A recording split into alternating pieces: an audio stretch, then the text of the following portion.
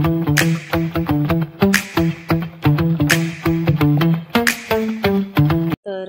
नमस्कार सगळ्या माझ्या गौडताईंचं मनापासून स्वागत आहे आजच्या एक नवीन ब्लॉगमध्ये। तर तुम्ही मागच्याला आजी काय करू राहिली, म्हणजे नाही काय इंट्रो नाही काय अचानक मशीन वाढायला लागली। तर आज मी शिवणार आहे गोधडी। तर खेड्यागावाकडे ना उन्हाळ्यामध्ये जर तुम्ही प्रत्येक म्हणजे घरा आता नाही एवढं शिवती, पण आधी ना मला आठवतं जोपर्यंत मी शाळेत होते ना तोपर्यंत म्हणजे उन्हाळ्यात बघितलं का बाया आहे ना प्रत्येकाच्या घरामध्ये ना गोधडी शिवताना दिसायच्या। तर मग आणि मला आहे ना तेव्हापासून खूप आवड होती, म्हणजे काय पण काय माहिती पण आहे ना मला गोधडी शिवायला आहे ना खूप आवडतं आणि मी दर उन्हाळ्यामध्ये शिवतेच। पण या उन्हाळ्यामध्ये ना आता जसे मुलं झाले ना तेव्हापासून थोडंसं अवघड व्हायला लागले, कारण कसं आहे ते अंथरला का श्री खुशी म्हणजे श्री तर नाही पण खुशी नाही येऊन झोपायची, आणि आता श्रेयांश पण तसंच करतोय। तर आज काढली होती मी गोधडी शिवायला आणि आले होते इथं मामी। आता उन्हाळ्यामध्ये कसं आहे म्हणजे प्रत्येकजण घरीच राहतं, मग त्यांना काही आणि ते एकट्याचं त्यांना काही करमत नाही, मग त्या येत्या लगेच माझ्याकडं। तर मग इथे सासूबाईंनी ना लुगडं दिलं होतं की बोललं की गोधडी जर शिवायची असेल तुला तर नाही म्हणे ही लुगडं। तर मग तेच आणलं होतं मी आज आणि करमत पण नव्हतं मला। तर मग म्हटलं चला गोधडी शिवू आपण। तर मग इथं लुगडं घेतलं मी, ते कापून घेतलं म्हणजे मला जितकी मोठी शिवायची तितकं, आणि ते ना एकाला एक जॉईंट करून घेतलं म्हणजे असं डबल करून घेतलं, म्हणजे 5 हाताची गोधडी होईल अशी, म्हणजे इतक्या हिशोबाने म्हणजे 4 ते 5 लोक आरामात झोपू शकता इतकी मला रुंद गोधडी शिवायची होती। कारण थंडीच्या दिवसांमध्ये ना गोधडी म्हणजे किती मोठी असली ना तरी ती पुरत नाही। तर मग त्याच्यामुळे म्हटलं थोडीशी मोठी शिव म्हणजे मग, आणि मला आवडतं पण अशा मोठ्या मोठ्या गोधड्या शिवायला। तर मग त्याच्यामुळे मी इथे ना ते लुगडं डबल करून घेत होते, आणि साड्या पण आहे त्या साड्यांना पण असंच मी डबल टिप मारून घेणार आहे, म्हणजे मग कसं नंतर सोपं जातं। आणि याच्यामध्ये ना आता बरेचसे जण असे छोटे छोटे कपडे टाकतात, जसं लहान मुलांचे कपडे किंवा मग असं छोटे मोठे जे घरात कपडे राहतात जे आपल्याला नाही वापरायचे ते टाकतात। तर पण माझ्याकडे यावेळा असं काही नव्हतं राहिलं, कारण मी दर उन्हाळ्यामध्ये शिवतेच गोधडी त्याच्यामुळं, आणि श्रेयांचे एक खुशीचे होते तर ते मी काही ठेवत नाही, मी ते जाळून टाकते, कारण ते खूप छोटे छोटे कपडे राहते आणि ते मग त्रास होतो शिवायला। त्याच्यामुळं मग आता आहे ना मी फक्त याच्यामध्ये ना साड्याच टाकणार आहे। आणि पहिलं काय केलं होतं मी मशीनवर शिवणार होती मी, पण नंतर आहे ना मशीनवर शिवायला पण बसले होते, पण काय होतं ही जी वरची साडी ना तिचं फॅब्रिक वेगळं होतं का काय काय माहिती, तिला टीप नव्हती बसत। मग त्याच्यामुळं मग सासूबाई बोलल्या की शिव म्हणे हातानेच, मी पण शिवू लागेल तुला। तर मग नंतर मग हाताने शिवलेली आहे। तर चला व्हिडिओ पूर्ण बघा आणि कशी वाटतं आणि म्हणजे कसा व्हिडिओ वाटतो कसा नाही ते नक्की कमेंट करून सांग। जी फुटेज आहे ना ती दुसऱ्या दिवसाची आहे। तर मग इथे शिवायला बसलो होतो आम्ही, त्या दिवशी काही शिवलं नाही कारण माझं खूप म्हणजे असं कंबर हातपाय दुखत होते, मग त्याच्यामुळं मी काल काही केलंच नाही मग। आणि बघा आज शेवटी मग बसलो दोघी सासूना शिवायला। तर मग मी इकडून असं शिवत चालले होते आणि सासूबाई तिकडून पुढून येत होत्या। तर हे बघा त्या आहे ना असे काठ दाबून देते म्हणे मी तुला, नंतर मग मधलं मग आरामात शिवता येतं। तर हे बघा मी एवढी साईड जी आहे ती शिवीत आणली होती, आणि एकदम बारीक बारीक टाके घालावं लागतं त्याला, तेव्हा मग ती छान दिसते गोधडी आणि टिकते बी, असं सासूबाईंचं म्हणणं आहे। आणि हे बघा त्यानंतर आहे ना पलंग उचलून ना इकडे ठेवून घेतला होता जिथे शोकेश आहे ना आपलं, तर तिथे म्हणजे मग आहे ना पूर्ण गोधडी आथरता येत होती। आणि इथं खुशीला झोपी लावलं होतं कारण ते त्रास द्यायला लागले होते त्याच्यामुळं मग, आणि इथं बसून आता मी बुंदी खात होते, आणि मग परत जे आहे ते परत सुरुवात करू। तर आता पहिले बुंदी खाते आणि त्यानंतर मग शिवते।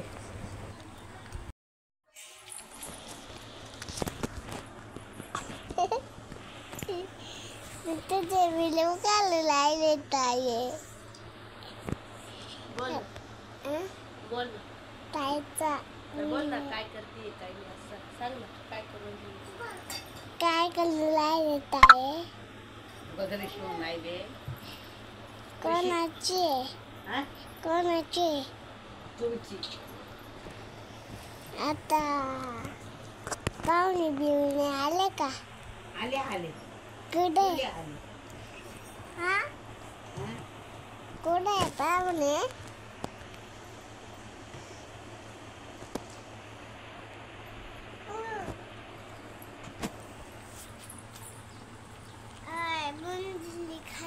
तर हे बघा आज आहे ना एवढी शिवणं झाली आहे, हे बघा इथून तर इथपर्यंत, आणि एवढं पण 4 कोपरे सेम शिवलंय। आता फक्त एवढं राहिलंय मधून एवढं, तर आता ते उद्या शिवू। हे बघा आमचा गोधडी शिवण्याचा धंदा असतो। जोरात बोला। आम्ही गोधडी बिझनेस, कोणाला बिझनेस करायचा असेल, शिवायचा असेल तर आमच्या यांना सांगा ते शिवू।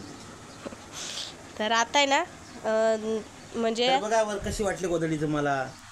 जुन्या पद्धतीनं शिवलेली गोधडी. आता नवीन काय ब्लँकेट घ्या, अजून दुलई घ्या, त्यापेक्षा गोधडीनं घेऊन जर झोपलं माणूस एक नंबर, थंडी पण वाजत नाही. एक नंबर. तर हे बघा आता आहे ना ठेवून देणार आहे. आता वाजले 5, त्याच्यामुळं घरातले कामं पण आटपायचे. आणि हे बघा इथं किती पसारा घालून ठेवला आहे पोरांनी. बुंदी पेले सगळं पलंगांवर आणून टाकलं आहे. तर आता ठेवून देते आणि घरातल्या कामाला सुरुवात करते. काय ग तोस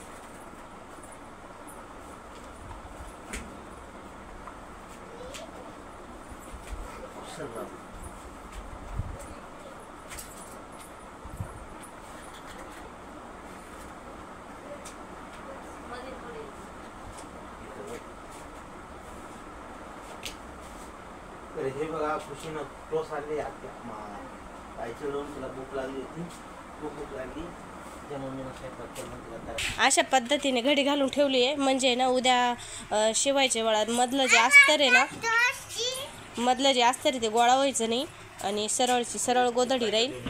तर आता हे सगळं ठेवून देणार आहे. आता उद्या शिवले सगळं. आता आवरून घेते. इकडे ठेवा. आथरता नाही येत गोधडी. दाखव जमलं पण. आथरता नाही येत गोधडी. गाडी खाली गेली.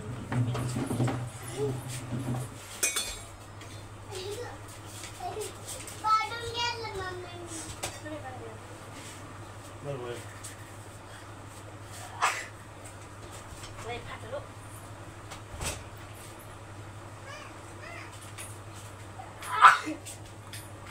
एक 2 दिवस आहे ना पलंग इथं शिफ्ट केला आहे. कारण की ना म्हणजे मग एवढ्या ठिकाणी अशी गोधडी माहून जाती नाही. तर मग काय होतं उद्या बिन परवा बिग पलंगीडा आणून ठेवावा लागला असता.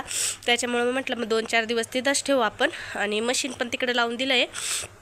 कारण आता देवपूजा काय आम्ही 2-3 दिवस करत नाही. त्याच्यामुळं मग मशीन पण तिथं लावून दिलं आहे. पलंग तिथं ठेवला. आता मग इथं आहे ना 1-2 दिवस मला गोधडी व्यवस्थित शिवता येईल. आता हा बघा हा सगळा पसारा जो आहे ना तो आवरून घेते मी. आणि इथं वाजले 5. आणि हे बघा बाहेरचं वातावरण, ऊन किती कडक पडलं. हे बघा सगळ्या चपला बुट्टा दारात आणून टाकले. पोरांनी खेळत होते त्याच्यामुळं आता आवरायला सुरुवात करते. तर आत्ता आहे ना मिस्टरांना जायचं आहे कीर्तनाला. तर ते इस्त्री शर्ट काय त्यांचं शर्ट इस्त्री करून राहिले. म्हटलं शिकून घ्या कसं आहे, मी हाय नाही आहे मग कसं इस्त्रीचं टेन्शन नाही. त्याच्यामुळं मी इस्त्री शिकून राहिले मी त्यांना. अशीच घालायची घडी. हां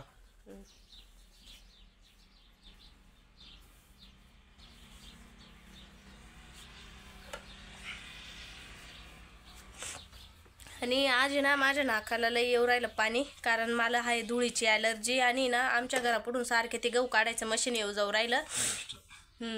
काय म्हणते त्याला हार्वेस्ट काय हार्वेस्टर. तर त्याच्यामुळे ना मला झाली त्याची ॲलर्जी. त्याच्यामुळं मला खूप शिंका आणि असं नाकाला पाणी येऊ राहिलं. त्याच्यामुळं मग आता गोळ्या आणायला पाठवलं मी ज्ञानेश्वरीला गावात. मग त्या गोळ्या खाईल मग तेव्हा थोडासा फरक पडेल. आणि आता मी झाडते घरदार. कारण खूप असा खकाना पण उडून आला घरात. हे बघा किती पसारा होऊन गेला घरात. आणि श्रेयांशन त्यांनी बुंदी खायला तर सारी बुंदी पण करून द्यायले. आता ते आवृत्ती आणि मग डायरेक्ट व्हिडिओच्या एंडिंगला भेटू आता.